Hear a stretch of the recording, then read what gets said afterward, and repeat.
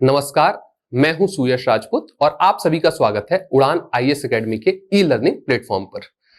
आज हम इस प्लेटफॉर्म पर एक विशेष चर्चा के लिए उपस्थित हुए हैं।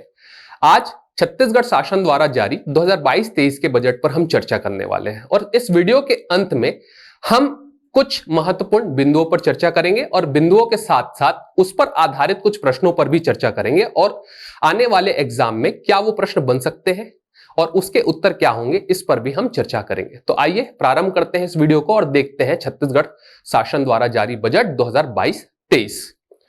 ये जो बजट है, सबसे पहले महत्वपूर्ण बात तो ये है कि ये जो बजट है गांधी जी के विचारों पर आधारित है और न्याय के सिद्धांत पर आधारित है। तो इस बजट का मुख्य थीम क्या है? न्याय।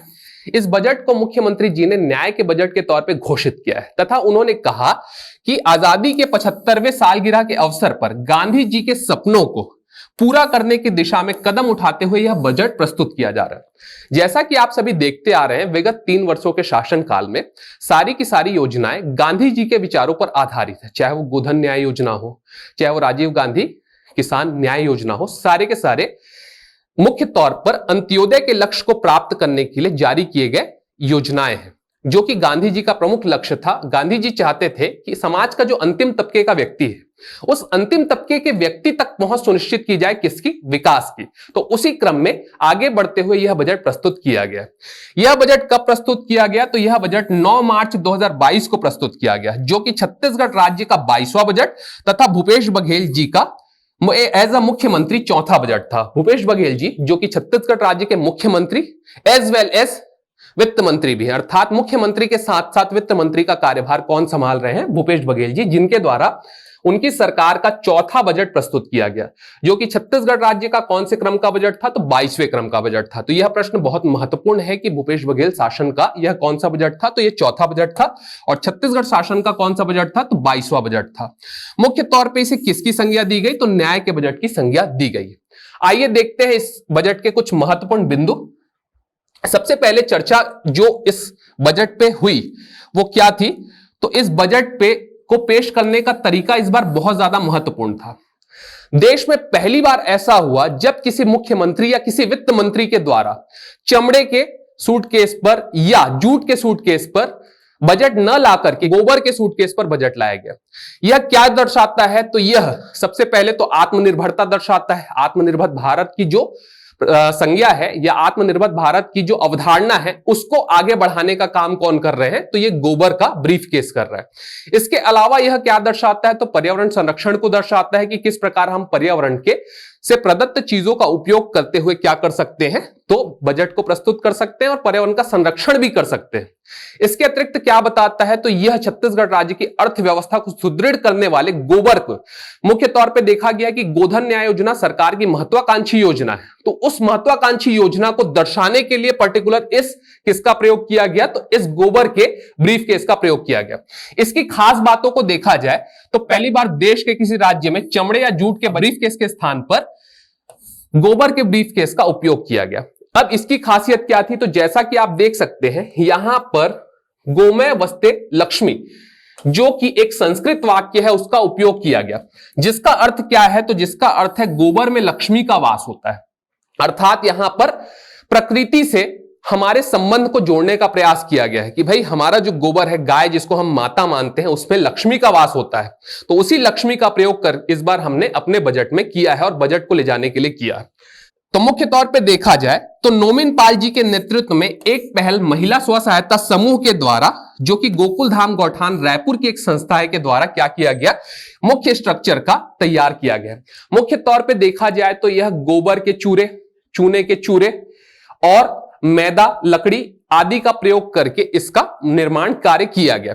इसके अतिरिक्त हम यहां पे देख पा रहे हैं ये जो हैंडल है और ये जो किनारे है, यहां पर विशेष तौर पे कलाकारी की गई है। और ये कलाकारी किसके द्वारा की गई है? तो कोंडागांव बस्तर आर्ट के द्वारा की गई।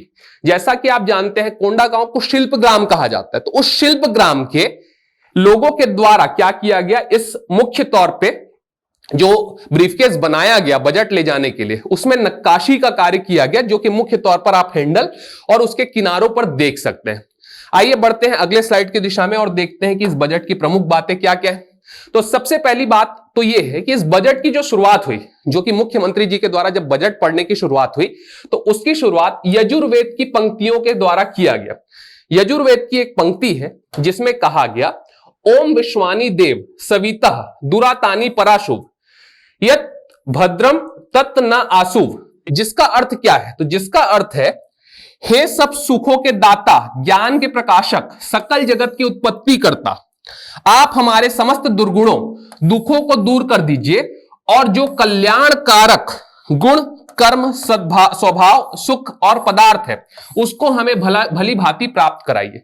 इसका मतलब क्या है? हमारे दुर्गुणों को ले लीजिए और जो भी अच्छी चीजें हैं वो हमें प्रदान कीजिए। मुख्य तौर पे यजुर्वेद की इन पंक्तियों का उपयोग भूपेश बघेल जी ने अपने बजट भाषण की शुरुआत करने में किया है। बढ़ते हैं अगले स्लाइड की दिशा में और देखते हैं कि अगला स्लाइड क्या कहता है। तो अगले स्लाइड में कुछ महत्वपूर्ण घोषणाएं जो इस बजट में हुई है उसके बारे में चर्चा की गई है, जिसमें से सबसे पहली बात लिखी गई है सेवाग्राम आश्रम। तो ये जो सेवाग्राम आश्रम है उसके इतिहास पर 2 मिनट के लिए चर्चा करते हैं। तो आप सभी को पता होगा, गांधी जी दांडी मार्च के लिए निकले थे। तो गांधी जी जब दांडी मार्च के लिए निकले थे तो ये मन में विचार लेकर के निकले थे कि जब तक देश को आजादी नहीं दिला देता तब तक मैं इस दांडी आश्रम में या इस सत्याग्रह आश्रम में लौट करके नहीं आऊंगा। तो भाई दांडी मार्च करने के पश्चात उन्हें गिरफ्तार कर लिया गया, वो 2-3 साल तक जेल में रहे। उसके पश्चात जब वो बाहर निकले तो जमनालाल बजाज जी के संपर्क में आए और उनसे कहा कि अब मैं वहां तो वापस नहीं जा सकता, तो मुझे एक केंद्र के तौर पर एक जगह चाहिए जो कि मध्य भारत में होनी चाहिए। तो मध्य भारत में महाराष्ट्र के वर्धा में एक ऐसी जगह देखी गई जहां पर किसकी स्थापना की गई? तो सेंटर अर्थात केंद्र बिंदु की स्थापना की गई। किसकी केंद्र बिंदु की? तो आजादी के लड़ाई के केंद्र बिंदु की स्थापना की गई। उसी क्रम में शेगांव में सेवाग्राम की स्थापना की गई। सेवाग्राम अर्थात सेवा करने वाला ग्राम, जहां पे सर्विस किया जाता है। किसकी सर्विस की जाती है? तो देश की आजादी के लिए लड़ने वाली सेवा जो की जा रही है तो उसको भिन्न भिन्न तौर पे यहां पे किया गया। तो उसका एक उदाहरण हम यहां पे देख सकते हैं। सेवाग्राम की फोटो मैंने लगाई हुई है जो कि वर्धा की है। तो यहां पर क्या किया जा रहा है? गांधी जी के स्मृतियों को संजोने और उनके विचारों पर आधारित विकास के रास्तों को प्रदर्शित करने नया रायपुर में एक वर्धा के सेवाग्राम के तर्ज पर नवा रायपुर में भी क्या किया जा रहा है? एक सेवाग्राम की स्थापना की जा रही है, जिसकी लागत कितनी आएगी? तो 100 करोड़ आएगी। वर्तमान में इस बजट में कितना प्रावधान किया गया है? तो 5 करोड़ का प्रावधान किया गया है। इन सभी चीजों को देखते हुए तथा छत्तीसगढ़ सरकार की योजनाओं को देखते हुए देश में छत्तीसगढ़ मॉडल, गुजरात मॉडल की तर्ज पर अब छत्तीसगढ़ मॉडल भी देश में छा रहा है, जिसका प्रत्यक्ष उदाहरण हमें कहां पर देखने को मिलता है? तो झारखंड सरकार द्वारा लागू की गई गोधन न्याय योजना के द्वारा तथा उत्तर प्रदेश में कांग्रेस द्वारा जारी घोषणा पत्र में भी गोधन न्याय योजना का वर्णन इस योजना के सफलता को दर्शाता है कि किस प्रकार इस योजना ने देश में एक अलग पहचान बनाई। इसके अलावा भारत सरकार तथा पीएमओ ने भी इस योजना की क्या की है? तो तारीफ की। इसके अलावा भी अन्य योजनाएं हैं जैसे नरवा, गरवा, घुरुआ और बाड़ी, छत्तीसगढ़ के 4 चिन्हारी अर्थात सुराजी गांव योजना। इस प्रकार की सारी योजनाओं ने क्या किया है? छत्तीसगढ़ मॉडल को राष्ट्रीय स्तर पर क्या दिलाया है? तो पहचान दिलाया। तो इस बात का भी उल्लेख किसने किया? भूपेश बघेल जी ने अपने बजट में किया है। बढ़ते हैं अगले स्लाइड की दिशा में और देखते हैं कि अगला स्लाइड क्या बताता है। अगला स्लाइड बताता है राजीव गांधी ग्रामीण कृषि भूमिहीन मजदूर न्याय योजना। सबसे पहले तो राजीव गांधी जी का नाम दिया गया। ग्रामीण अर्थात ग्रामीण परिवेश में निवास करने वाले ऐसे व्यक्ति जो कृषक कार्य तो कर रहे हैं अर्थात कृषि कार्य में संलग्न है, लेकिन उनके पास भूमि नहीं है और वो केवल और केवल मजदूर के समान वहां पे क्या कर रहे हैं? कार्य कर रहे हैं। अर्थात ऐसे व्यक्ति जिनके पास कृषि भूमि नहीं है लेकिन वो कृषक कार्यों में संलग्न है, उसे ही क्या कहा जा रहा है? भूमिहीन मजदूर। अब ये कौन हो सकते हैं? तो भाई गांव का कोई भी व्यक्ति, चाहे वो लोहार हो, चाहे वो सोनार हो, चाहे वो बैगा हो, धुनिया हो, चाहे कोई भी हो, ऐसा व्यक्ति कृषक कार्य में संलग्न तो हो सकता है अपने कार्य के अलावा। तो इन सभी लोगों को क्या किया जा रहा है? पहले 6,000 सालाना इन्हें भुगतान करने की बात की गई, लेकिन अभी इस बजट से क्या किया गया? तो वार्षिक सहायता राशि जो 6,000 रहती थी उसे बढ़ा करके कितना कर दिया गया? 7,000 रुपए कर दिया गया, जिससे बहुत ज्यादा लाभ होगा कृषि भूमिहीन मजदूरों को। जिससे उनको साल में कम से कम एक नियमित राशि उपलब्ध होगी जो कि 7,000 रुपए होगी। इस बार इस बजट में घोषणा की गई कि प्रदेश के अनुसूचित क्षेत्रों में जो आदिवासियों के देव स्थल में पूजा करने वाले हैं, चाहे वो बैगा हो, मांझी हो, गुनिया हो, पुजारी हो, हाट पहाड़िया हो और बाजा मोहरिया हो, इन सबको भी इस योजना के तहत शामिल करके क्या किया जाएगा, तो 7,000 रुपए की सहायता राशि दी जाएगी, 7,000 रुपए का भुगतान किया जाएगा। तो आशा है आपको यह उद्देश्य समझ में आया होगा। इस योजना का उद्देश्य यह है कि भाई जो कृषक कार्य में संलग्न है और जिनके पास कृषि भूमि नहीं है उनको भी सरकार के द्वारा सहायता पहुंचाई जा सके। अगले स्लाइड की दिशा में बढ़ते हैं। अगला स्लाइड क्या कहता है, महात्मा गांधी ग्रामीण औद्योगिक पार्क, किसके बारे में बजट में उल्लेख किया गया, तो महात्मा गांधी ग्रामीण औद्योगिक पार्क। जैसा कि आप सभी को पता है छत्तीसगढ़ में सुराजी गांव योजना चल रही है। इस सुराजी गांव योजना के तहत छत्तीसगढ़ में गौठानों का निर्माण कार्य बड़ी ही तीव्रता से किया गया है। तो गौठानों का निर्माण कार्य किया गया जिसके माध्यम से गायों को एक आवास स्थल मिला, साथ ही साथ महिला स्व सहायता समूहों के द्वारा गौधन से प्राप्त अपशिष्ट पदार्थ, चाहे वो गोबर हो चाहे वो दूध हो, इन सारी चीजों का उपयोग करके अलग अलग पदार्थों का निर्माण भी किया जा रहा है और उसे अच्छे लाभ के साथ बेचा जा रहा है। तो उसी क्रम में एक कदम आगे बढ़ते हुए क्या किया गया, महात्मा गांधी ग्रामीण औद्योगिक पार्क की स्थापना का लक्ष्य इस बार के बजट में रखा गया, जिसके तहत कहा गया कि सुराजी गांव के स्वप्न को साकार करने प्रदेश में गौठानों को महात्मा गांधी ग्रामीण औद्योगिक पार्क के तौर पे विकसित किया जा रहा है। इसका मतलब यह है कि जो गौठान है, जो गौठान पहले से ही विकसित है, उन्हें ही क्या करेंगे, अब ग्रामीण औद्योगिक पार्क के तौर पर विकसित करेंगे। आगे क्या कहा गया कि स्थानीय उत्पादों एवं लघु वनोपज उत्पादों के मूल्य संवर्धन के लिए प्रसंस्करण इकाइयों की स्थापना की जाएगी। इसका मतलब स्थानीय उत्पाद, जैसे गोबर से क्या बना दिए भाई, ब्रीफकेस बनाए, तो आगे चल करके और सारे ब्रीफकेस बना सकते हैं। गोबर से क्या बना दिए, तो छेने, उफले जो बोलते हैं वो बना दिए। इसके अलावा और क्या बना दिए, तो वर्मी कंपोस्ट खाद बना दिए, सुपर कंपोस्ट खाद बना दिए। इसके अतिरिक्त और क्या बना सकते हैं, तो भाई दिए बना दिए गोबर के। इसके अलावा और सजावटी वस्तु बना सकते हैं। इसके अलावा और भी बहुत सारी चीजें बनाई जा सकती है, जैसे बांस एवं काष्ठ शिल्प, मेटल शिल्प, संबंधित लघु एवं कुटीर उद्योगों की स्थापना के लिए स्थानीय युवाओं को सहयोग दिया जाएगा। इसके माध्यम से इन सभी चीजों को बनाने के लिए लघु एवं कुटीर उद्योग की स्थापना के लिए क्या किया जाएगा, प्रोत्साहन दिया जाएगा। अब हमारे मन में एक सवाल आएगा कि भाई कैसे डिसाइड किया जाएगा कि यहां पे कौन सा सामान बनाया जाए। तो जो क्षेत्र की डिमांड होगी और कच्चा माल उपलब्ध होगा, अगर डिमांड है किस चीज की, छेने की, और उपलब्ध है क्या, गोबर, तो हम क्या बनाएंगे, गोबर से उपले बनाएंगे, छेने बनाएंगे और उसका व्यापार करेंगे। यदि उस क्षेत्र की डिमांड है कि अपने को गोबर के दिए चाहिए, तो हम क्या करेंगे भाई, गोबर के दिए बनाएंगे। तो जैसा डिमांड वैसे सप्लाई का रूल यहां पर लागू होगा। ऐसी घोषणा कहां पर की गई है, बजट 2022-23 में की गई। बढ़ते हैं आगे अगले स्लाइड की दिशा में। अगला स्लाइड क्या कहता है, छत्तीसगढ़ हर्बल ब्रांड।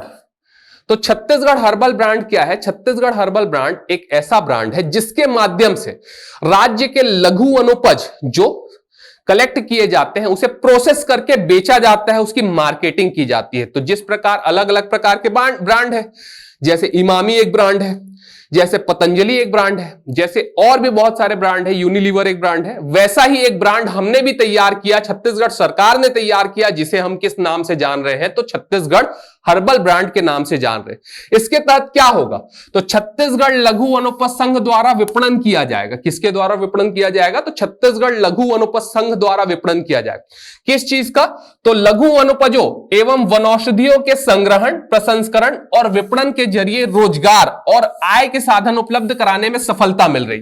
तो मुख्यमंत्री जी ने यहां पर बताया कि इस ब्रांड के तहत छत्तीसगढ़ लघु वनोपज संघ द्वारा क्या किया जा रहा है, लघु वनोपज वनौषधियों का संग्रहण कर रहे हैं, प्रसंस्करण कर रहे हैं और इस ब्रांड के माध्यम से विपणन किया जा रहा है, जिससे लोगों को रोजगार मिल रहा है और आय के उचित साधन भी मिल रहे हैं, जिससे क्या हो रहा है भाई, राज्य की अर्थव्यवस्था सुदृढ़ हो रही है। तो इस प्रकार की चीज किसने बताया, मुख्यमंत्री जी के द्वारा बताया गया। किसके बारे में, छत्तीसगढ़ हर्बल ब्रांड के बारे में। इसके बाद अगली घोषणा जो की गई, वो अगली घोषणा क्या कहती है कि राज्य लोक सेवा आयोग और छत्तीसगढ़ राज्य व्यावसायिक परीक्षा मंडल, छत्तीसगढ़ राज्य व्यावसायिक परीक्षा मंडल और छत्तीसगढ़ राज्य लोक सेवा आयोग द्वारा जितनी भी आगामी परीक्षाएं आयोजित होंगी उन सभी परीक्षाओं में राज्य के स्थानीय प्रतिभागियों को कोई भी शुल्क नहीं देना पड़ेगा। आप सभी जानते हैं भाई कि व्यापम का एग्जाम होता था तो 350-400 रुपए, और पीएससी के एग्जाम में 417 रुपए से लेकर के 440 रुपए तक की फीस देनी पड़ती थी। तो इस प्रकार वो जो फीस या शुल्क लगता था, अब उस शुल्क को माफ कर दिया गया। अब आप अधिक से अधिक परीक्षाओं में फॉर्म भर सकते हैं और आर्थिक तंगी के कारण कोई भी छात्र परीक्षा देने से नहीं चूकेगा। इस लक्ष्य के साथ इस पर्टिकुलर घोषणा को किया गया है। बढ़ते हैं भाई अगले स्लाइड की दिशा में। अगला स्लाइड क्या कहता है? अगला स्लाइड छत्तीसगढ़ रोजगार मिशन के बारे में बताता है। तो राज्य सरकार के द्वारा राज्य के बेरोजगारों को रोजगार प्रदान करने के लिए क्या किया गया है? एक मिशन की शुरुआत की गई है और इस मिशन के तहत इस बार 2 करोड़ का प्रावधान किया गया है। कितने करोड़ का प्रावधान इस बार किया गया है? छत्तीसगढ़ रोजगार मिशन के तहत 2 करोड़ का, जिसके तहत क्या किया जाएगा? तो छत्तीसगढ़ में संचालित कौशल विकास कार्यक्रम स्किल इंडिया, बहुत सारे कौशल विकास कार्यक्रम चल रहे हैं। जैसे आप देख सकते हैं कि दंतेवाड़ा में जावंगा एजुकेशनल कॉलेजेस है, लाइवलीहुड कॉलेजेस है, तो इन सभी जगहों पर कौशल विकास का कार्य किया जा रहा है, आप सभी को ज्ञात है। तो उस कौशल विकास के कार्यक्रम का विभिन्न नवाचारी योजनाओं के साथ क्या किया जाएगा? समन्वय किया जाएगा। इसका मतलब ये योजना है, ठीक, और एक कौशल विकास कार्यक्रम है, दोनों का समन्वय किया जाएगा। और समन्वय करते हुए क्या किया जाएगा? ज्यादा से ज्यादा लाभ किस मामले में? रोजगार सृजन के मामले में अर्जित करने का प्रयास किया जाएगा।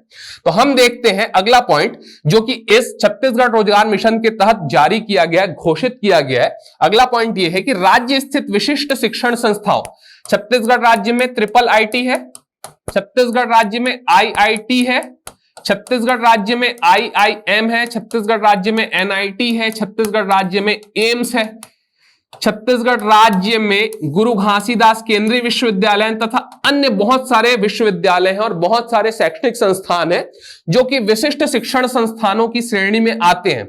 तो यहां पर बहुत सारे विशेषज्ञ हैं, जैसे IIM में बहुत सारे विशेषज्ञ हैं, IIT में बहुत सारे विशेषज्ञ हैं। तो इनकी विशेषज्ञता का लाभ लेने के लिए, इनकी विशेषज्ञता का लाभ लेते हुए रोजगार और स्वरोजगार की नवीन संभावनाओं को तलाशने का प्रयास किया जाएगा। ऐसी घोषणा भी कहां पर की गई? आपके बजट में की गई। और किसके भीतर की गई? तो छत्तीसगढ़ रोजगार मिशन के तहत की गई। अगर कोई IIM का व्यक्ति, वो क्या मदद कर सकता है? तो बिजनेस को आगे बढ़ाने में, अर्थात स्वरोजगार को आगे बढ़ाने में सहायता प्रदान कर सकता है। तो उसकी सहायता लेकर के हम क्या करेंगे? इस रोजगार मिशन को आगे बढ़ाने की कोशिश करेंगे।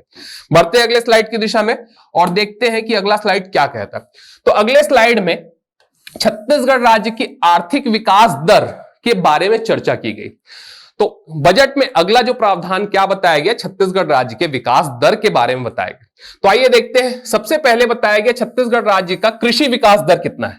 तो छत्तीसगढ़ राज्य का कृषि विकास दर 3.88%, 3.88% है, जो कि भारत के विकास दर, कृषि विकास दर 3.9 के लगभग बराबर है। तो लगभग समतुल्य विकास दर है किसका? छत्तीसगढ़ का और भारत देश का कृषि के मामले। यदि मैं औद्योगिक विकास दर की बात करूं तो औद्योगिक विकास दर यहां पे 15.44% है और छत्तीसगढ़ के अलावा जो भारत देश है वहां पर 11.8% है। अर्थात छत्तीसगढ़ राज्य में औद्योगिक विकास दर भारत के औसत औद्योगिक विकास दर से अधिक है। यह प्रश्न पूछा जा सकता है परीक्षा में कि छत्तीसगढ़ राज्य की औद्योगिक विकास दर भारत की तुलना में क्या है? अधिक है, न्यून है, बराबर है, इनमें से कोई नहीं।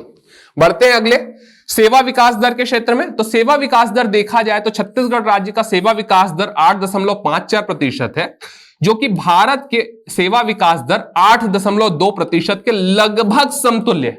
ना ज्यादा कम है, ना ज्यादा अधिक है, लगभग समतुल्यता के समान है। इसके अलावा आर्थिक विकास दर की बात की जाए तो छत्तीसगढ़ राज्य की आर्थिक विकास दर 11.54% बताया गया है, जो कि भारत के आर्थिक विकास दर 9.2 की तुलना में अधिक है।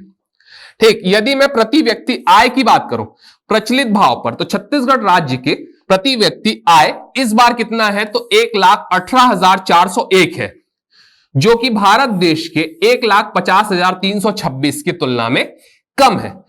तो याद रखना है इस बार छत्तीसगढ़ राज्य की प्रति व्यक्ति आय कितनी है? 1,18,401, जो कि पिछले बार 1,05,000 के आसपास थी। तो 5,000 के आसपास होने के अलावा 5,000 की तुलना में छत्तीसगढ़ राज्य की प्रति व्यक्ति आय इस बार लगभग 12-13 हजार के आसपास बढ़ी। यदि मैं सकल राज्य घरेलू उत्पाद की बात करूं, अर्थात जीएसडीपी की बात करूं, तो छत्तीसगढ़ राज्य की जीएसडीपी 2020-21 में कितनी थी? तो 9.2% थी, जो कि 2021-22 में बढ़ करके 11.54% हो गई है, जिसमें वृद्धि हुई है। तो थोड़ा सा याद रखना है, जीएसडीपी कितना? 11.54 की वृद्धि हुई। अगर मैं प्रचलित भाव पर जीएसडीपी देखूं तो पिछले बार कितना था? 2020-21 में 3,52,161 करोड़ और 2021-22 में कितना है? तो 4,61,000 करोड़, लगभग 13.6% की वृद्धि हुई। तो याद रखना है कितना जीएसडीपी में कितना वृद्धि हुआ है प्रचलित भाव में, तो 13.6% की वृद्धि हुई है, जो कि 3,52,000 से बढ़कर के 4,61,000 करोड़ तक पहुंच गई। बढ़ते हैं अगले स्लाइड की दिशा में। अगला स्लाइड हम बजट के बारे में देख रहे हैं और बजट की स्थिति देख रहे हैं कि बजट कैसे बांटा गया। यदि हम देखें यहां पर, तो इस के माध्यम से हम समझ सकते हैं कि जो 40% हिस्सा है बजट का, वो किस पर आधारित है? तो आर्थिक आधार पर। तो आर्थिक चीजों पर आधारित पैसे कहां पर दिए गए हैं? आर्थिक योजनाओं पर पैसे 40% दिए गए, सामान्य सेवा क्षेत्र में 23% पैसे दिए गए हैं और सामाजिक क्षेत्र में 37% पैसे खर्च करने की बात की गई। तो बजट का कुल 37% हिस्सा सामाजिक क्षेत्रों पर आधारित है, 23% हिस्सा सामान्य सेवा पर आधारित है और 40% हिस्सा आर्थिक क्षेत्रों पर आधारित। अब इसमें यदि आर्थिक क्षेत्र पर व्यय के मुख्य अवयवों को देखा जाए तो सबसे प्रमुख अवयव है पंचायत एवं ग्रामीण विकास, जहां पर 8.5% राशि आवंटित की गई है। तो 8.5% की राशि कहां पर आवंटित की गई है? तो पंचायत एवं ग्रामीण विकास के लिए। लोक निर्माण के लिए कितना प्रतिशत राशि? तो 6.5%। खाद्य एवं नागरिक आपूर्ति के लिए कितना? 5%। और सिंचाई के लिए कितना? 3.2%। तो इस प्रकार हमने देखा कि पंचायत एवं ग्रामीण विकास के लिए 8.5% अर्थात 8.5% व्यय किया गया, लोक निर्माण में 6.5% व्यय किया गया है, खाद्य एवं नागरिक आपूर्ति में 5% का व्यय किया गया और सिंचाई में 3.2% का व्यय किया गया। वहीं हम सामाजिक क्षेत्र पर व्यय के मुख्य अवयव को देखें तो सबसे ज्यादा खर्च इस बार स्कूल शिक्षा पर किया जाएगा, जो कि है 15.9 अर्थात लगभग 16% के आसपास। तो बजट का लगभग 16% खर्च कहां पर किया जा रहा है? स्कूली शिक्षा को बेहतर बनाने के लिए, छात्रों का जीवन बेहतर बनाने के लिए हम क्या कर रहे हैं? बजट का अधिकांश हिस्सा खर्च कर रहे हैं। स्वास्थ्य क्षेत्र पर कितना? तो 6.1%। अनुसूचित जाति और अनुसूचित जनजाति विकास के लिए कितना? तो 2.3%।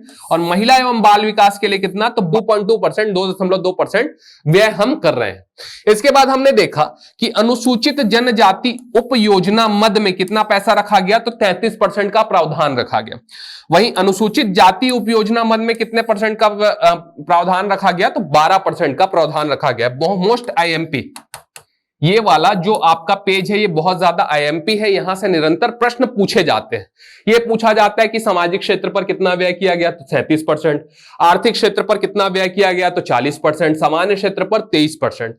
आर्थिक क्षेत्र पर सबसे ज्यादा व्यय कहां पर किया गया? तो पंचायत एवं ग्रामीण विकास 8.5%। सामाजिक क्षेत्र पर सर्वाधिक व्यय कहां पर किया गया? तो स्कूल शिक्षा में 15.9%। इसके अलावा मुख्य परीक्षा में भी बजट की विशेषताओं को बताए या बजट के व्यय के मुख्य अवयवों पर चर्चा करें, इस प्रकार के प्रश्न पूछे जाते हैं, जिसका उल्लेख हम बाद में करेंगे। तो ये जो पेज है बहुत ज्यादा इंपॉर्टेंट है। बढ़ते हैं अगले पेज की दिशा में। यहां पर हमने बजट को तोड़ा है आय और व्यय में। तो बजट में कितना आय और कितना व्यय, बजट क्या होता है? तो आय व्यय का लेखा जोखा होता है। तो उसे ही हमने आपके सामने प्रस्तुत किया है कि कितनी राजस्व प्राप्तियां हैं, कितनी पूंजीगत प्राप्तियां हैं, केंद्र से कितनी राजस्व प्राप्तियां हैं, राज्य से कितनी राजस्व प्राप्तियां हैं, राजस्व व्यय कितना है, पूंजीगत व्यय कितना है, सकल वित्तीय घाटा कितना है, राजस्व आधिक्य कितना है, क्या कोई ऋण भार है और क्या कोई नया कर प्रस्ताव लाया गया है। इन सारी बातों पर हमने चर्चा की है इस स्लाइड में। तो आइए देखते हैं। सबसे पहले देखते हैं आय। तो आय कितना है इस बार? 1,04,000 करोड़, जबकि व्यय भी कितना है? तो 1,04,000 करोड़। तो अगर आय की बात की जाए तो 1,04,000 करोड़, जो कि पिछले बार की तुलना में 7% बढ़ा है। पिछले बार आय 7% कम था, इस बार 7% अधिक है। और व्यय कितना है? तो 1,04,000 करोड़। यदि मैं राजस्व प्राप्तियों की बात करूं तो छत्तीसगढ़ की इस बार की राजस्व प्राप्ति है 890,73 करोड़, अर्थात 89,073 करोड़ रुपए। कितना? 89,073 करोड़, जिसमें केंद्र सरकार से प्राप्त कितना होगा? तो 44,573 करोड़, और राज्य सरकार के स्वयं के मद से कितना प्राप्त होगा? तो 44,500 करोड़ रुपए की प्राप्ति होगी। जबकि पूंजीगत प्राप्तियां कितनी होगी? तो 14,927 करोड़। यदि मैं राजस्व व्यय की बात करूं तो इस बार का व्यय है 1,04,000 करोड़, जिसमें से राजस्व व्यय कितना है? 88,372 करोड़। जबकि पूंजीगत व्यय कितना है? तो 15,241 करोड़, जो कि 14.6% है कुल व्यय का। इसके बाद यदि बात की जाए सकल वित्तीय घाटा की, तो सकल वित्तीय घाटा इस बार 14,600 करोड़ है, जो कि जीएसडीपी का 3.3%। मोस्ट आईएमपी तथ्य यहां पर बार बार पूछा जाता है कि जीएसडीपी का कुल कितना परसेंट सकल वित्तीय घाटा है, तो 3.3% अनुमानित किया गया है, जो कि बहुत बेहतर है भाई। इस बार अगर राजस्व आधिक्य की बात की जाए तो राजस्व आधिक्य राजस्व आय और राजस्व व्यय के बीच का अंतर होता है। तो राजस्व आय है इस बार 89,073 करोड़ और राजस्व व्यय है 88,372 करोड़। दोनों को घटाने पर 701 करोड़ की प्राप्ति हो रही है। यही है राजस्व आधिक्य, अर्थात इतना राजस्व हमारे पास अधिक बच रहा है। इस बार राजस्व घाटा नहीं हो रहा है। याद रखेंगे क्या नहीं हो रहा है? तो राजस्व घाटा नहीं हो रहा है। अगर हम बात करें मार्च 2021 की स्थिति में राज्य का ऋण भार कितना है कुल बजट की तुलना में? तो 80%, अर्थात कुल बजट जो अपन ने बनाया है उसका 80% हमारे ऊपर ऋण है। जबकि जीएसडीपी की तुलना में बात की जाए तो 22%, हमारा जो टोटल जीएसडीपी का आकार है उसका 22% ही हमारा क्या है? ऋण है। यदि बात की जाए इस साल कोई नया कर लगाया गया है, तो इस साल कोई भी नए कर का प्रावधान नहीं किया गया। तो उम्मीद है इस स्लाइड से आपको बहुत सारी महत्वपूर्ण जानकारियां प्राप्त हुई हैं, बहुत सारे महत्वपूर्ण आंकड़े प्राप्त हुए हैं। बढ़ते हैं अगले स्लाइड की दिशा में और देखते हैं कि अगले स्लाइड में किस बारे में चर्चा की गई। तो अगला स्लाइड कृषि एवं ग्रामीण अर्थव्यवस्था पर आधारित है। किस पर आधारित है? कृषि एवं ग्रामीण अर्थव्यवस्था। इसमें बताया गया है कि खरीफ वर्ष 2017 की तुलना में खरीफ वर्ष 2021 तक जो स्थिति में परिवर्तन आया है उसमें कितना परिवर्तन देखने को मिला है। तो खरीफ वर्ष 2017 में जहां 12 लाख किसान रजिस्टर्ड थे और उनके द्वारा 57 लाख मीट्रिक टन धान की बिक्री की गई थी, अर्थात छत्तीसगढ़ सरकार ने 2017 खरीफ वर्ष में 12 लाख किसानों से 57 लाख मीट्रिक टन धान की खरीदी की थी। वहीं खरीफ वर्ष 2021 में 21,77,000 किसानों से 98 लाख मीट्रिक टन धान की खरीदी की गई, जो कि 3 वर्षों की तुलना में 41 लाख मीट्रिक टन का इजाफा है। कितना इजाफा हुआ है? तो 41 लाख मीट्रिक टन, अर्थात पहले 57 था, अब 98 है। 41 लाख मीट्रिक टन अधिक खरीद रही है सरकार। कितने किसानों की वृद्धि हुई है? तो 9,77,000 किसानों की वृद्धि यहां पर देखने को मिली। तो यहां पे सबसे महत्वपूर्ण डेटा क्या है?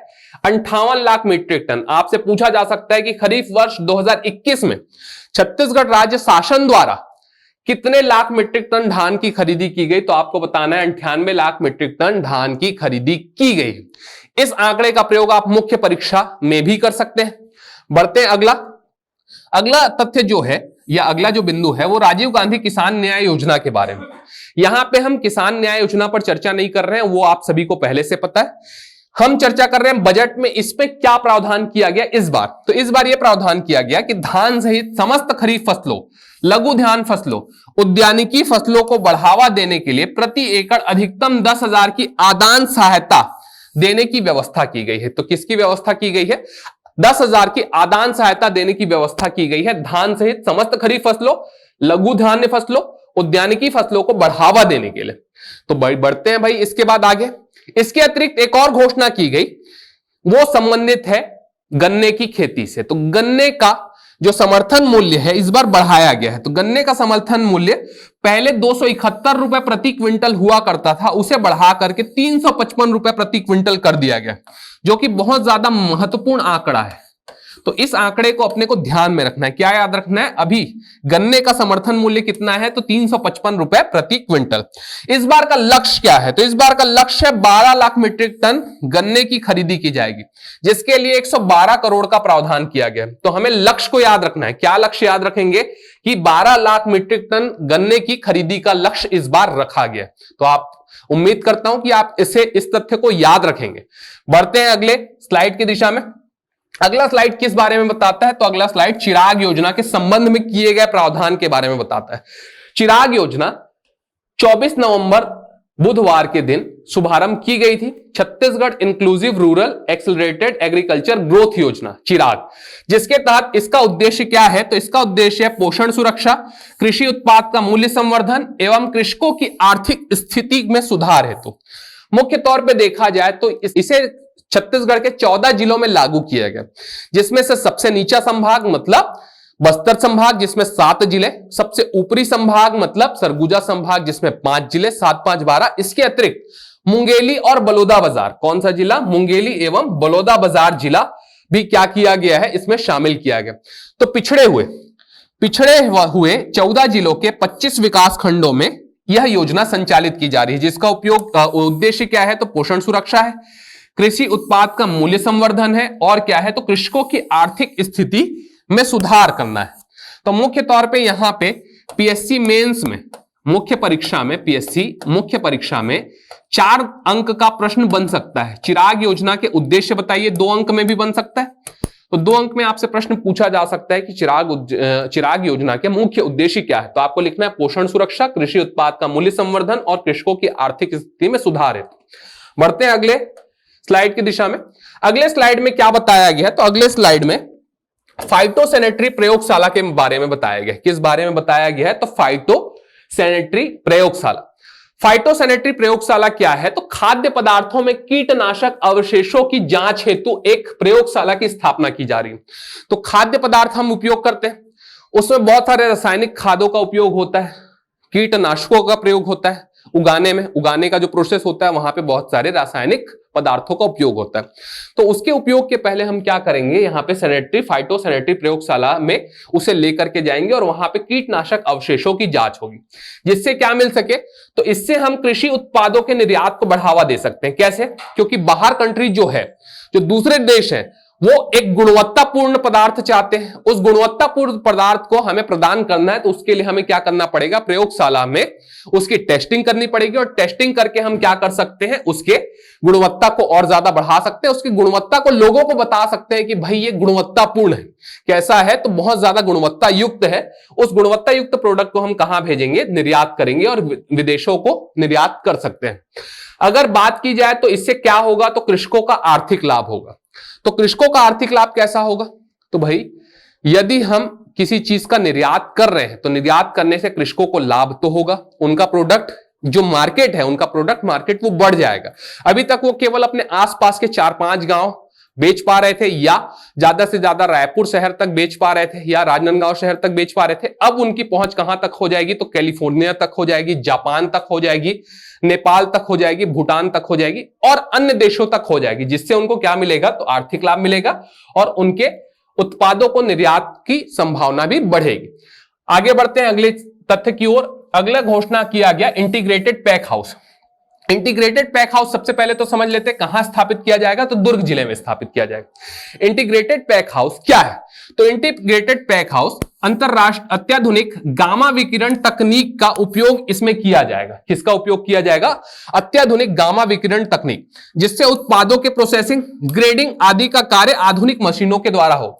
आप सभी ने देखा होगा डिस्कवरी में या नेशनल जियोग्राफी में कि विदेश के देशों में अलग अलग जो अंतरराष्ट्रीय देश हैं, विश्व के अलग अलग जो देश हैं, वहां पर जो फूड प्रोसेसिंग यूनिट होती है उसमें ग्रेडिंग के लिए अलग, अर्थात बड़े आलू, सबसे पहले अगर आलू को डालते हैं अपन तो आलू धुल करके आता है, बड़े आलू अलग हो जाते हैं, छोटे आलू अलग हो जाते हैं, सभी अलग अलग ग्रेड में चले जाते हैं।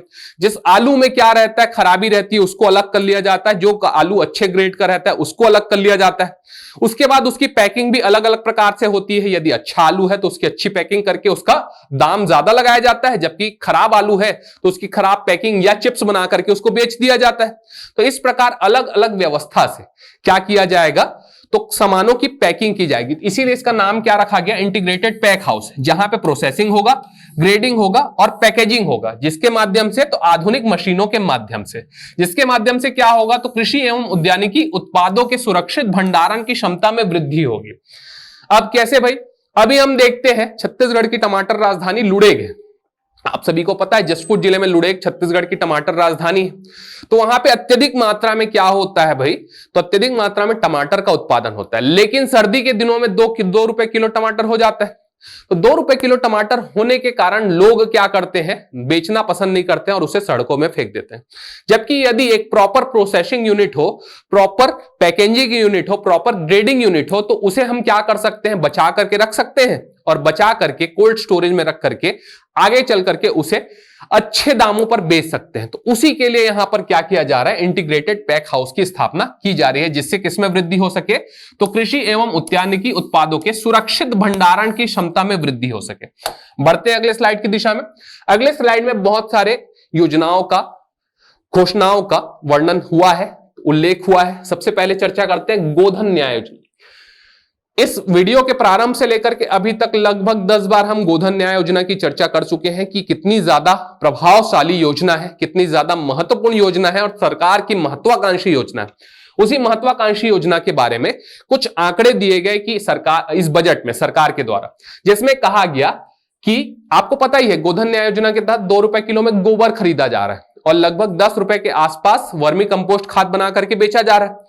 तो उस गोबर का कितना क्रय किया जा चुका है, तो 63,89,000 क्विंटल गोबर का क्रय किया जा चुका है। तो अभी तक योजना चालू होने से अभी तक 63,89,000 क्विंटल गोबर का क्रय किया जा चुका है, जिसके लिए 127 करोड़ और 29 लाख का भुगतान भी सरकार के द्वारा किया गया है। तो कितना भुगतान किया गया, तो 127 करोड़ 29 लाख। इसका उपयोग किसमें किया गया, तो वर्मी कंपोस्ट बनाने में, सुपर कंपोस्ट बनाने में। तो वर्मी कंपोस्ट कितना क्विंटल बनाया गया, तो 11,65,000 क्विंटल और सुपर कंपोस्ट कितना क्विंटल बनाया गया, तो 4,65,000 क्विंटल, जिसकी बिक्री करके कितनी आय अर्जित की गई, तो 91 करोड़ 11 लाख, जो कि वर्मी और सुपर कंपोस्ट खाद दोनों के विक्रय से प्राप्त हुई। तो यहां हम देख रहे हैं कि 127 करोड़ 29 लाख का भुगतान करके सरकार ने 91 करोड़ और 11 लाख अर्जित भी कर लिए हैं, वो भी किसके खरीदी से, गोबर की खरीदी से। तो गोबर जो एक अपशिष्ट पदार्थ था, जो कि सड़कों में ऐसा ही पड़ा रहता था, उसका उपयोग सरकार ने बहुत ही बेहतर तरीके से किया। उससे लोगों को रोजगार भी प्राप्त हुआ, लोगों ने आय भी सृजित किया, आय भी अर्जित किया और सरकार को भी मुनाफा हुआ और सरकार भी क्या कर रही है, आय अर्जित कर रही है, जिससे क्या हो रहा है, राज्य की अर्थव्यवस्था में एक बहुत ज्यादा उछाल देखने को मिल रहा है। जैसा कि हमने देखा जीडीपी में इस बार वृद्धि हुई है, प्रति व्यक्ति आय में इस बार वृद्धि हुई है। तो ये सारे के सारे कारक मिलकर के ही इन आंकड़ों को तैयार करते हैं। तो बढ़ते हैं भाई अगले योजना की तरफ। अगला है भाई पेयजल सुविधा। यहां पर क्या लिखा गया है, पेयजल सुविधा के बारे में। तो पेयजल सुविधा में आप लोगों ने देखा होगा, विगत व्यापम की एक परीक्षा में एक प्रश्न आया था कि नवा रायपुर अटल नगर क्षेत्र में पानी की सप्लाई कौन सा एनीकट करता है। तो उसमें समूदा बैराज का नाम था, टीला एनीकट का नाम था और भी बहुत सारे और भी 2 अन्य नाम थे। तो उसके बारे में हमें यहां से जानकारी मिल रही है, क्योंकि वो क्वेश्चन तो आपको छत्तीसगढ़ की किसी भी किताबों में नहीं मिल रहा है, लेकिन इस बजट से हमें यह जानकारी मिली कि नवा रायपुर अटल नगर में जो ग्रीष्म काल में पानी की समस्या उत्पन्न होती है, उसे दूर करने के लिए टीला एनीकट का उपयोग किया जाता है। कौन से एनीकट का उपयोग किया जाता है, टीला एनीकट। यहां पे टीला लिखा गया जबकि वो है टीला। कौन सा एनीकट है, टीला एनीकट। तो अभी क्या किया जा रहा है, इस बार क्या घोषणा की गई है कि उस टीला एनीकट को पाइपलाइन के माध्यम से रविशंकर जलाशय, जिसे आप गंगरेल डैम के नाम से जानते हैं, उससे जोड़ा जाएगा। तो किससे जोड़ा जा रहा है, रविशंकर जलाशय को टीला एनीकट से जोड़ा जा रहा है, जिससे टीला एनीकट के माध्यम से नवा रायपुर अटल नगर क्षेत्र के ग्रीष्मकालीन जल की समस्या को क्या किया जा सके, सुधार किया जा सके, उसका निदान किया जा सके। तो इस प्रकार हमने देखा कि पेयजल सुविधा कहां की विकसित करनी है, तो नवा रायपुर अटल नगर की करनी है। किसके माध्यम से, टीला एनीकट के माध्यम से। और किससे जोड़ा जाएगा पाइपलाइन के माध्यम से, तो पंडित रविशंकर जलाशय या गंगरेल डैम के माध्यम से जोड़ा जाएगा। अगला है भाई मुख्यमंत्री रेशम मिशन। आप सभी को पता है छत्तीसगढ़ में बहुत सारे या बहुत अधिक मात्रा में रेशम के कीट पाए जाते हैं और रेशम का उत्पादन होता है। तो छत्तीसगढ़ में जो रैली कोसा बोलते हैं, उस रैली कोशा या रैली कुकून का संग्रहण कर राज्य में ही धागा उत्पादन करने एवं प्रसंस्करण हेतु मुख्यमंत्री रेशम मिशन की स्थापना की गई है। मुख्यमंत्री रेशम मिशन क्या है?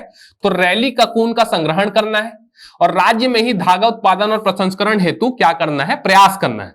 इसके लिए ग्राम नानगुर, वो नांगुर लिखा गया, वो है नानगुर, ग्राम नानगुर जगदलपुर जिला बस्तर में एक ककून बैंक की स्थापना की जा रही है। तो ककून बैंक की स्थापना कहां की जा रही है? तो ग्राम नानगुर जिला बस्तर जगदलपुर मुख्यालय में इसकी स्थापना की जा रही है।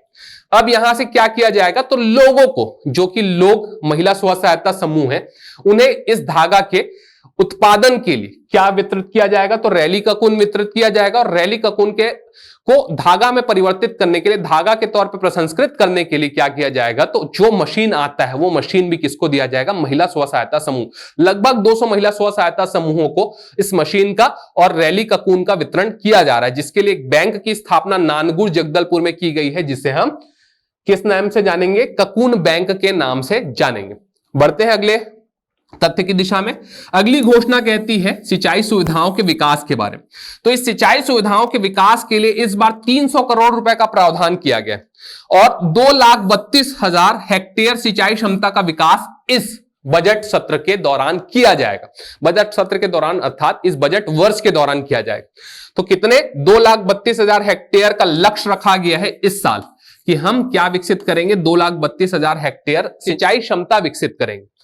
इसके लिए क्या किया गया? तो केलों को 90 करोड़, अरपा भैंसाझर के लिए 45 करोड़ और समोदा के लिए 14 करोड़ का प्रावधान बजट में किया गया, जिससे इन केलो परियोजना कहां पे है? तो केलो परियोजना है रायगढ़ में, अरपा भैंसाझर परियोजना कहां पर है? तो बिलासपुर में, और समोदा बैराज कहां पे है? तो ये रायपुर में है। तो इन तीनों के तीनों बैराज या इन तीनों की तीनों परियोजनाओं के विकास के लिए इस बार 90, 45 और 14 करोड़ के क्रमशः घोषणा की गई।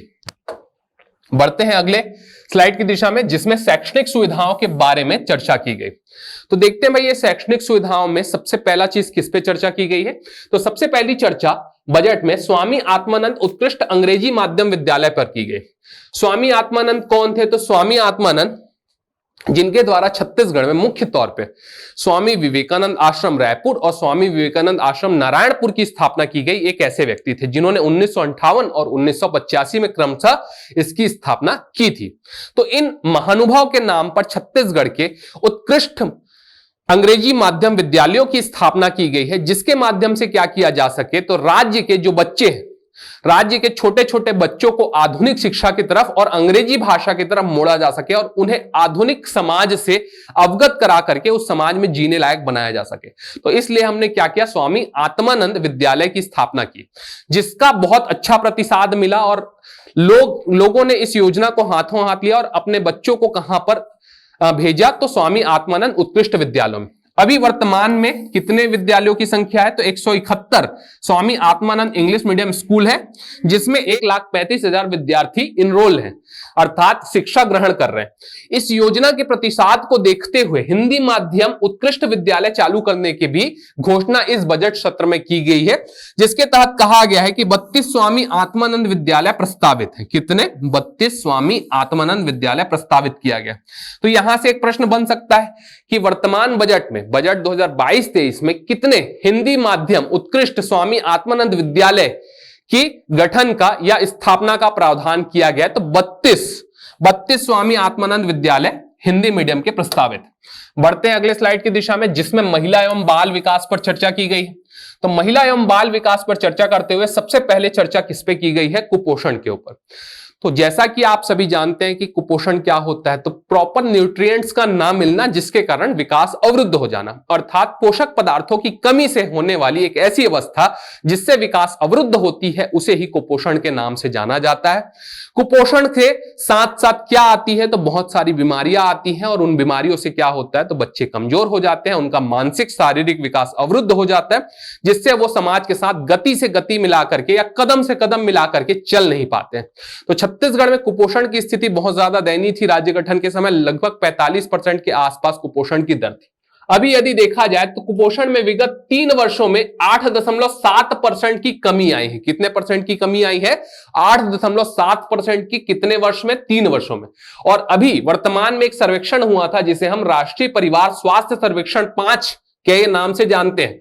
इस सर्वेक्षण के अनुसार 31.3% कुपोषण रेट है किसकी? छत्तीसगढ़ राज्य की, जो कि भारत के राष्ट्रीय औसत 32.1% से कम है। अर्थात 32.1% से लगभग 0.8% की कमी किसमें देखी जा रही है? तो छत्तीसगढ़ राज्य के कुपोषण की दर में। यह प्रभाव कैसे पड़ा? तो छत्तीसगढ़ सरकार द्वारा कुपोषण वाले क्षेत्रों में क्या किया गया? सुपोषण अभियान चलाया गया। इसके अतिरिक्त क्या किया गया भाई? तो चना वितरित किया गया, अंकुरित अनाज वितरित किए गए। इसके अलावा जो पौष्टिक पदार्थ हैं जैसे चना, सोयाबीन, पौष्टिक अनाज, इस प्रकार की सारी चीजें वितरित की गई हैं, जिससे कुपोषण की दर में कमी आई है। इसके अलावा मध्याह्न भोजन योजना ने भी बच्चों के कुपोषण की दर में कमी करने में बहुत महत्वपूर्ण भूमिका निभाई। तो हम देख रहे हैं राष्ट्रीय औसत कितना? 32.1%, जिससे कम क्या है? 31.3%। यदि हम बात करें मुख्यमंत्री सुपोषण अभियान की, तो वर्ष 2019 में 4,33,000 कुपोषित बच्चों को चिन्हित कर यह अभियान प्रारंभ किया गया था। जैसा अभी हमने चर्चा किया, कितने? 4,33,000 कुपोषित बच्चों को चिन्हित करके यह अभियान प्रारंभ किया गया था, जिसमें से 1,72,000 बच्चे कुपोषण के शिकार अब नहीं रहे, अर्थात इस दुष्चक्र से बाहर आ गए हैं। तो इन सभी को किसने? 1,72,000 बच्चों को कुपोषण से बाहर निकाल लिया गया है। ऐसी सूचना हमें किसने दी? तो इस बजट सत्र में माननीय मुख्यमंत्री महोदय ने यह योजना हमें प्रदान की है।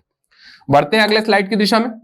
अगला स्लाइड क्या बताता है? छत्तीसगढ़ लघु वनोपज संघ के बारे में बताता है। जैसा कि आप सभी जानते हैं कि छत्तीसगढ़ राज्य में बहुत सारे लघु वनोपज का क्या होता है? उत्पादन होता है, अर्थात जंगलों से हमें बहुत सारे वनोत्पाद की प्राप्ति होती है। उस वनोत्पाद का उपयोग कर हम बहुत सारे पदार्थों का निर्माण करते हैं। तो उसका विपणन कौन करता है? तो छत्तीसगढ़ लघु वनोपज संघ करता है। जैसा हमने पहले के स्लाइड में पढ़ा कि छत्तीसगढ़ हर्बल नामक एक ब्रांड की भी स्थापना की गई। तो यहां पर वर्तमान में कितने वनोपजों का क्रय किया जाने की बात की गई है? 65। कुछ दिनों पहले न्यूज़पेपर में इस खबर आई थी कि अब 61, उससे पहले 52 लघु वनोत्पादों का संग्रहण किया जाएगा या क्रय किया जाएगा। आगे बढ़कर के हो गया था 61, और 61 से बढ़कर के अब कितने हो गए हैं? बजट में कितनी घोषणा की गई है? 65। तो बहुत महत्वपूर्ण प्रश्न है कि छत्तीसगढ़ शासन द्वारा कितने लघु वनोपजों का क्रय समर्थन मूल्य में किया जाता है? तो 65 लघु वनोपजों का क्रय समर्थन मूल्य में किया जाता है। इस बार अर्थात 2020-21 में कुल 153 करोड़ रुपए क्रय मूल्य है। अर्थात जितने भी हमने लघु वनोपज क्रय किए, वो लघु वनोपज कितने के क्रय किए हैं? तो 153 करोड़। जबकि पिछले साल की बात की जाए, 2018 की बात की जाए, तो 3,81,00,000 का क्रय किया गया था। अर्थात 150 करोड़ की वृद्धि केवल 3 साल में हमने देखी कि पिछले 3 साल में जो 8 केवल हम क्रय करते थे, जो कि 3 करोड़ का क्रय कर रहे थे, वो अब 65 क्रय करेंगे। और कितने का क्रय कर लिया? 153 करोड़। तो देश का लगभग 95% के आसपास जो लघु वनोपज है मूल्य के आधार पर वो हम ही क्रय कर ले रहे हैं, अर्थात छत्तीसगढ़ शासन ही क्रय कर ले रहा है। बढ़ते हैं आगे। तो कोदो कुटकी का समर्थन मूल्य कितना रखा गया है? 3,000 रुपए। रागी का समर्थन मूल्य कितना घोषित किया गया है? तो 3,377 रुपए। इसके अलावा बोला गया है कि प्रत्येक नगरीय निकाय में सी मार्ट की स्थापना की जाएगी। तो प्रत्येक नगरीय निकाय में किसकी स्थापना की जाएगी? सी मार्ट की स्थापना की जाएगी। अभी 14 नगर निगम, 43 और 112 नगर पालिका परिषद, 43 और 112 नगर पंचायत है। तो इन सभी के सभी अर्थात 169 जो नगरीय निकाय है, उन सभी में सी मार्ट की स्थापना की जाएगी। इसके अतिरिक्त छत्तीसगढ़ हर्बल ब्रांड, इस पर हमने इस वीडियो के शुरुआत में थोड़ी विस्तार से चर्चा की है। बस इतना याद रखना है कि 30 संजीवनी केंद्रों की स्थापना की गई, इसकी छत्तीसगढ़ हर्बल ब्रांड की बिक्री यहां से की जा रही। अगले स्लाइड में बढ़ते हैं भाई। अगला स्लाइड नगरीय सुविधाओं के बारे में बताता है। तो बजट में जो अगला बिंदु टच किया गया, छुआ गया, जिस पहलू को छुआ गया, वो है नगरीय सुविधाएं। तो नगरीय सुविधाएं में सबसे पहले हम देखते हैं Shri Dhanvantari generic medical stores. इसके तहत क्या किया गया? जो कि ब्रांडेड महंगी महंगी दवाइयां थी, जो कि लोगों को स्वास्थ्य के लिए आवश्यक दवाइयां थी, जिससे क्या हो सकते थे, लोग वंचित रह जाते थे। क्यों? महंगाई के कारण, अधिक मूल्य के कारण। उस अधिक मूल्य के कारण किसी भी व्यक्ति का स्वास्थ्य अवरोध ना हो सके, किसी भी व्यक्ति का स्वास्थ्य सेवा लेने से वो दूर ना रह जाए, इसके लिए Shri Dhanvantari generic medical stores की शुरुआत की गई। ठीक है, तो जेनेरिक दवाइयां क्या होती है? जेनेरिक दवाइयां ब्रांडेड दवाइयों के समतुल्य होती है, इनका केमिकल फॉर्मूला भी समान होता है।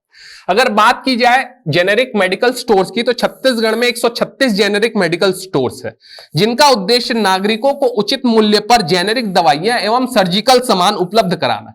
सर्जिकल सामान जैसे BP machine, sugar testing kit, ठीक, कमर में जो लंबर बेल्ट लगाते हैं वो, आदि आदि जो सर्जिकल सामान होता है, वो सारे के सारे भी सामान कम मूल्य में, ठीक, सब्सिडी के साथ कहां पर मिलेंगे? तो धन्वंतरी जेनेरिक मेडिकल स्टोर्स में, जिसकी वर्तमान में संख्या कितनी है? 136। ऐसा किसने घोषित किया? इस बार के बजट में मुख्यमंत्री जी ने घोषित किया कि अभी वर्तमान तक की संख्या 136 है।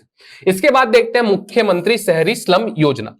मुख्यमंत्री शहरी स्लम योजना छत्तीसगढ़ शासन की एक बहुत ही महत्वाकांक्षी योजना है और बहुत ही प्रभावशाली योजना है, जिसके तहत छत्तीसगढ़ शासन के इस प्रकार के जो वैन है, वो वैन गली गली जाते हैं। एक दिन निर्धारित रहता है कि हर दिन यहां पे जाकर के खड़े होंगे, तो गली गली जाकर के क्या करते हैं? लोगों को स्वास्थ्य सुविधाओं का लाभ देते हैं। तो इसी क्रम में बताया गया कि इसका विस्तार अब 14 नगर निगमों में होगा। पहले छत्तीसगढ़ में 13 नगर निगम थे जहां इनका विस्तार था, अब छत्तीसगढ़ में 14 नगर निगमों में इसका विस्तार होगा, जिसके लिए 60 मोबाइल एम्बुलेंस और दाई दीदी क्लिनिक का संचालन किया जाएगा। दाई दीदी क्लिनिक बहुत महत्वपूर्ण योजना है। ठीक, इसमें क्या प्रस्ताव रखा गया? तो समस्त नगर पालिका एवं नगर पंचायतों के लिए भी लागू किया जाएगा। तो आगे चल करके सभी नगरीय निकायों में भी क्या होगा? इसका संचालन होगा। अभी कितने? 14 नगर निगमों में संचालन हो रहा है, आगे चल करके 169 नगरीय निकायों में इसका संचालन होगा। बढ़ते हैं अगले स्लाइड की दिशा में, जिसमें खेल एवं युवा कल्याण की गतिविधियों पर चर्चा किया गया। इसमें सबसे पहले राजीव युवा मितान क्लब की बात की गई है। राजीव युवा मितान क्लब का उद्देश्य राज्य की युवा शक्ति को संगठित कर प्रदेश के विकास में सहभागिता बढ़ाने का है। तो इसका उद्देश्य क्या है भाई? जितने युवा है उनको जोड़ना है और जोड़ करके प्रदेश के विकास में उनकी सहभागिता सुनिश्चित करनी, जिसके लिए कुल 13,269 क्लब का निर्माण कार्य किया जाएगा, जिसमें से 11,664 ग्रामीण क्षेत्र में और 1,605 कहां पर? नगरीय क्षेत्र में स्थापित होंगे। तो ये तथ्य बहुत महत्वपूर्ण है, राजीव युवा मितान क्लब। इसके अलावा घोषणा किया गया इस बजट में कुछ अकादमियों के बारे में, जिसमें कहा गया मल्लखंब अकादमी नारायणपुर में खोली जाएगी और टेनिस अकादमी लाभांडी रायपुर में खोली जाएगी। मल्लखंब क्या होता है? तो यह एक कला होती है, एक शौर्य वाली कला है। उस शौर्य वाली कला को बढ़ाने के उद्देश्य से, या शौर्यवीर कला, जैसे हमारे यहां भी एक शौर्य वाली कला है जिसे हम पंथी नृत्य के नाम से जानते हैं, तो पंथी के समान एक और नृत्य है या एक और कला है जिसे हम मल्लखंब के नाम से जानते हैं, जिसको सिखाने के लिए यहां पे एक अकादमी खोली जाएगी नारायणपुर में, और टेनिस अकादमी कहां पर खोली जाएगी? तो लाभांडी। बढ़ते हैं आगे, तो 6 नवीन तहसीलों का सृजन की घोषणा की गई है। 6 नवीन तहसीलों के सृजन की घोषणा यहां पर की गई है, जिसमें से मुंगेली जिले में जरहा गांव, कोरिया जिले में कोटाडोल, कोरबा जिले में दीपका और भैसमा, बेमेतरा जिले में देवकर और भिमोरा तहसील को प्रस्तावित किया गया। 178 का लिस्ट मेरे पास है भाई। उस 178 में यदि मैं 6 और जोड़ देता हूं तो मेरे हिसाब से अभी 184 तहसील मुझे दिखाई पड़ते हैं। इससे अधिक होने की जानकारी आप मुझे दें तो मेरा भी लाभ होगा। तो 184 मेरी नजरों में अभी तहसील है। बढ़ते हैं आगे, मतलब बनेंगे, ये 6 प्रस्तावित हैं, अभी बने नहीं हैं। इसके अलावा जो आपको पता है कि अबूझमाड़ क्षेत्र एक ऐसा क्षेत्र जिसे अभी तक प्रशासनिक दृष्टिकोण से नहीं बूझा गया है, उस क्षेत्र में 237 ग्राम अभी भी असर्वेक्षित है। उसमें से योजनाओं के लाभ के वंचित 9 गांवों का सर्वेक्षण पूर्ण कर लिया गया। इसका मतलब 228 ग्राम अभी भी ऐसे हैं जो कि असर्वेक्षित हैं। तो शेष ग्रामों का सर्वेक्षण शीघ्र किया जाएगा, ऐसी सूचना भी किसके द्वारा दी गई है? तो मुख्यमंत्री महोदय के द्वारा की गई। तो योजनाओं के लाभ से वंचित है, क्यों? क्योंकि वहां का सर्वेक्षण नहीं हुआ है। तो अगर वहां का सर्वेक्षण हो जाता है तो जितने भी राज्य सरकार की महत्वपूर्ण योजनाएं हैं उन सभी का लाभ कहां तक पहुंच पाएगा? तो वहां के लोगों तक पहुंच पाएगा। इसके अलावा एक और चीज की घोषणा की गई, एंटी ह्यूमन ट्रैफिकिंग ब्यूरो। तो मानव तस्करी के रोकथाम हेतु आप सभी ने देखा है छत्तीसगढ़ में मानव तस्करी की समस्या बहुत ज्यादा विकराल है। चाहे वो जसपुर क्षेत्र की महिलाएं हो, चाहे वो बच्चियां हो, चाहे वो आपके बलौदाबाजार जिले की बच्चियां हो या श्रमिक हो, इन सभी को कहां ले जाया जाता है? तो अलग राज्यों में ले जाया जाता है और उनसे जबरन काम करवाया जाता है और जबरन काम करवा करके उनकी तस्करी की जाती है। तो अलग अलग चीजों के लिए, काम करवाने के लिए तस्करी की जाती है, देह व्यापार के लिए तस्करी की जाती है। तो इन सभी को रोकने के लिए एंटी ह्यूमन ट्रैफिकिंग ब्यूरो की स्थापना की गई है, जिसके माध्यम से मानव तस्करी के रोकथाम हेतु प्रभावी प्रयास किए जाएंगे। इसके अलावा डिस्ट्रिक्ट है स्ट्राइक फोर्स की बात की गई है, जो कि बस्तर संभाग में स्थापित किया जाएगा। तो ये एक अच्छी योजना है या एक अच्छा प्रयास है डिस्ट्रिक्ट स्ट्राइक फोर्स, जिसके माध्यम से बस्तर में नक्सलवाद और अन्य गतिविधियां, जो अन्य आपराधिक पहलू है, उनसे निपटने में कामयाबी हासिल होगी। इसके अलावा एंटी क्राइम एवं साइबर सेल का गठन की बात की गई है। आधुनिक डिजिटल अपराधों की जांच है। तो आधुनिक डिजिटल अपराध कैसे? जैसा कि आप सभी देखते हैं, डिजिटल माध्यम आ गए हैं पेमेंट करने के, चाहे वो फोन पे हो, भारत पे हो, अन्य प्रकार के, चाहे वो कार्ड वाला सिस्टम हो। तो इन सभी में धोखाधड़ी की संभावना बहुत अधिक बनती है। आपने देखा है कई बार एटीएम में बुजुर्ग व्यक्ति जाते हैं और जाकर के वहां पे धोखाधड़ी का शिकार हो जाते हैं। फोन पे OLX के माध्यम से आपके पास लिंक आता है और आप उस लिंक को क्लिक कर देते हैं, आपके अकाउंट से पैसे कट जाते हैं। तो इन सभी समस्याओं को दूर करने के लिए, तथा फेसबुक में भी बहुत सारे अपराध होते हैं और इंस्टाग्राम में भी बहुत सारे, सोशल मीडियाज में बहुत सारे अपराध होते हैं। उन सभी अपराधों की रोकथाम के लिए क्या किया गया है? एंटी क्राइम एवं साइबर सेल की स्थापना की बात की गई। तो अधिसूचित क्षेत्रों में, अच्छा इसके अलावा इससे अलग है ये वाला पॉइंट। तो ये पॉइंट क्या कहता है कि अनुसूचित क्षेत्रों में रेत खदानों का संचालन ग्राम पंचायत की सहमति के बिना नहीं किया जा सकेगा। एक और घोषणा की गई बजट में, वह घोषणा, महत्वपूर्ण घोषणा क्या थी कि अनुसूचित या अधिसूचित क्षेत्रों में रेत खदानों का संचालन ग्राम पंचायतों की अनुमति के बिना नहीं हो सकेगा। पहले ये व्यवस्था नहीं थी। इसके अलावा क्या घोषित किया गया? अमर जवान ज्योति स्मारक के बारे में आप सभी को पता है, विगत दिनों में जो दिल्ली में अमर जवान ज्योति स्मारक था, उसे शहीद स्मारक के साथ में मिला दिया गया। तो उसी क्रम में यहां पे शहीदों के सम्मान हेतु छत्तीसगढ़ के रायपुर में मुख्यमंत्री जी ने घोषणा की है कि अमर जवान ज्योति स्मारक की स्थापना की जाएगी। इसके अतिरिक्त पुलिस मेमोरियल टावर की भी स्थापना की जाएगी। ठीक, यहां तक के हमने देखा कि इस बार के बजट में क्या क्या प्रावधान किए गए। पेंशन स्कीम की भी बात की गई है, पुराने पेंशन स्कीम को बहाल किया गया। वो हमारे परीक्षा पॉइंट ऑफ व्यू से महत्वपूर्ण नहीं है, इसलिए मैंने उसकी चर्चा नहीं की। तो इस प्रकार हमने देखा कि बजट में क्या क्या चीजों की चर्चा की गई है, कौन कौन से नए प्रावधान किए गए हैं, कौन कौन से योजनाओं में कुछ एडिशन किया गया है, कुछ सब्सट्रैक्शन किया गया है, इन सारी चीजों के बारे में हमने चर्चा की। अब देखते हैं कि विगत वर्षों में इन बिंदुओं से, अर्थात बजट 2022-23 से किस प्रकार के प्रश्न पूछे गए थे।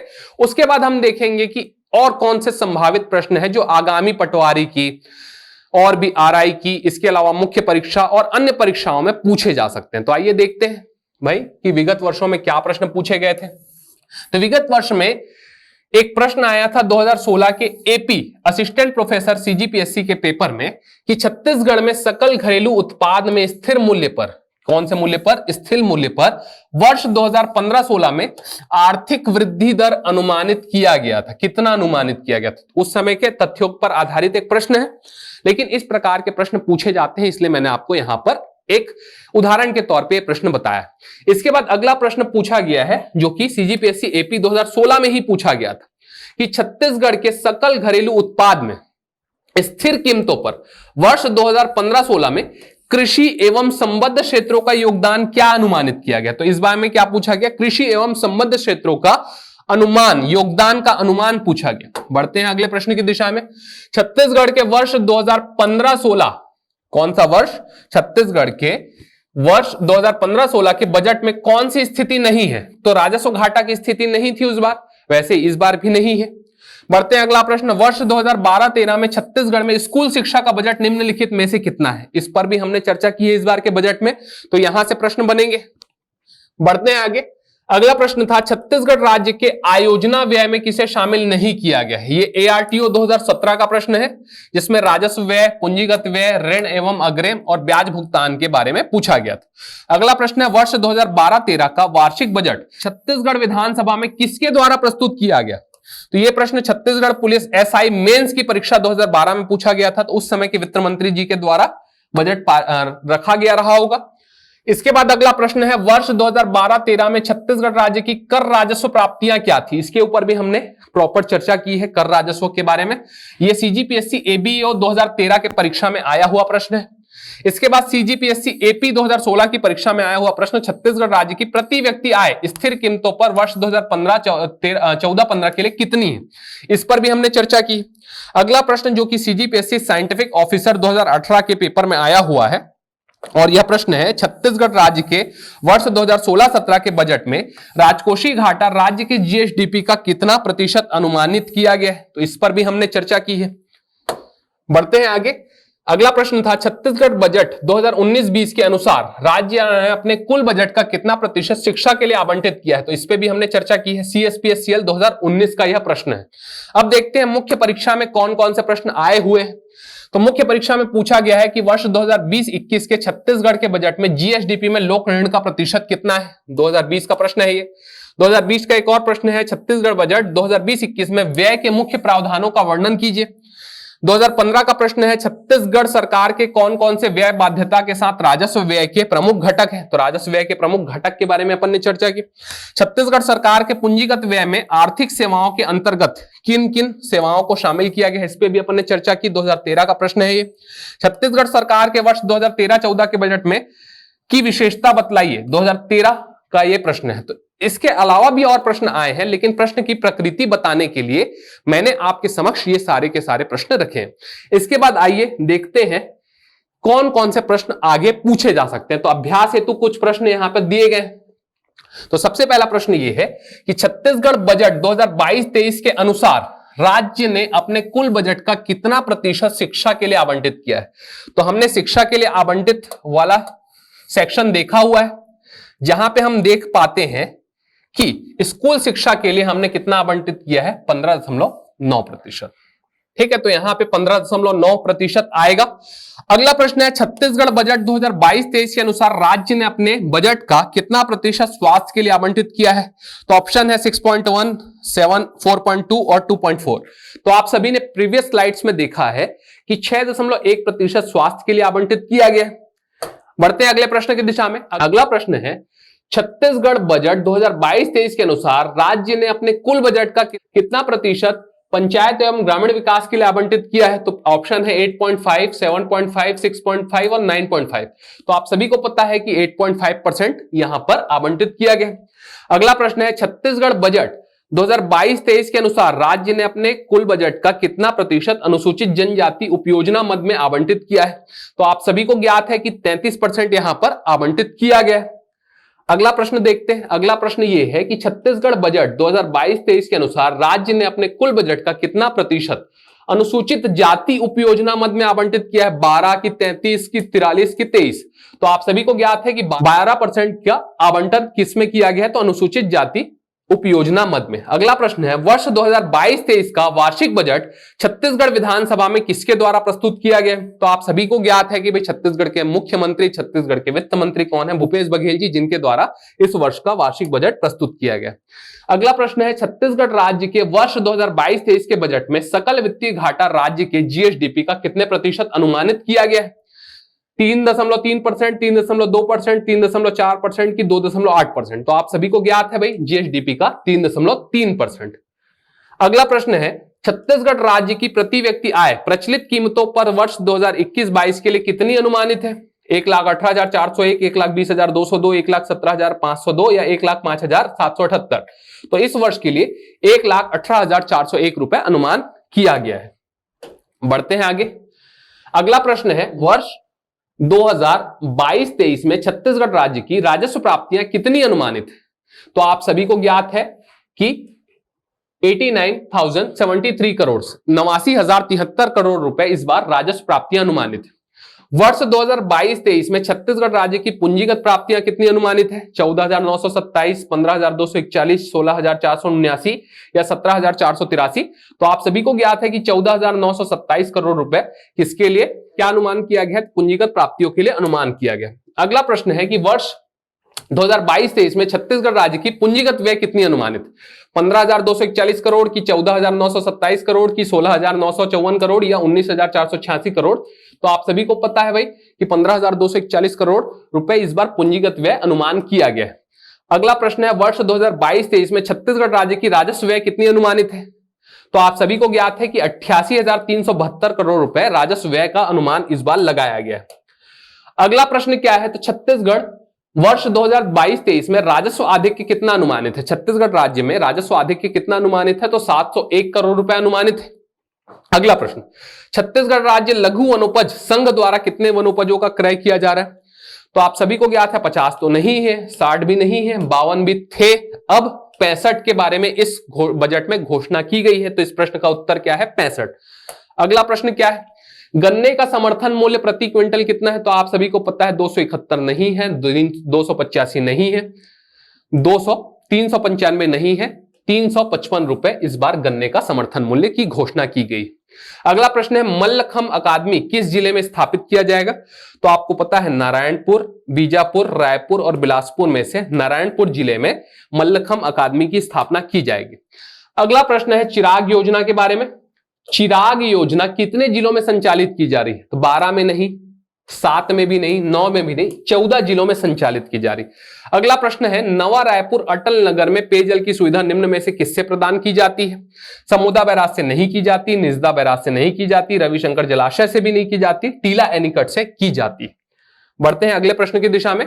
छत्तीसगढ़ में कितने स्वामी आत्मानंद उत्कृष्ट हिंदी मीडियम स्कूल के बारे में पूछ रहा है, अंग्रेजी माध्यम के बारे में नहीं पूछ रहा है, प्रस्ताव पूछ रहा है हिंदी मीडियम का। तो 32 है कि 33 है कि 35 है कि 36 है? तो आप सभी को ज्ञात है कि भाई 32 है। अगला प्रश्न है, वर्धा के तर्ज पर सेवाग्राम की स्थापना कहां की जा रही? तो इसके बारे में भी हमने विस्तार से चर्चा की। तो इसका उत्तर है नवा रायपुर अटल नगर। तो इस प्रकार हमने देखा, इस बजट के समस्त पहलुओं पर चर्चा की। इस बजट के समस्त पहलुओं पर चर्चा करने के बाद उसके निष्कर्ष को समझा और वहां से प्रश्नों को भी बनाने की कोशिश की। तो आशा करता हूं कि यह वीडियो आप सभी को बहुत पसंद आया होगा और आप आगे भी हमसे जुड़े रहेंगे। तो मिलते हैं अगले वीडियो में, तब तक के लिए बहुत बहुत धन्यवाद।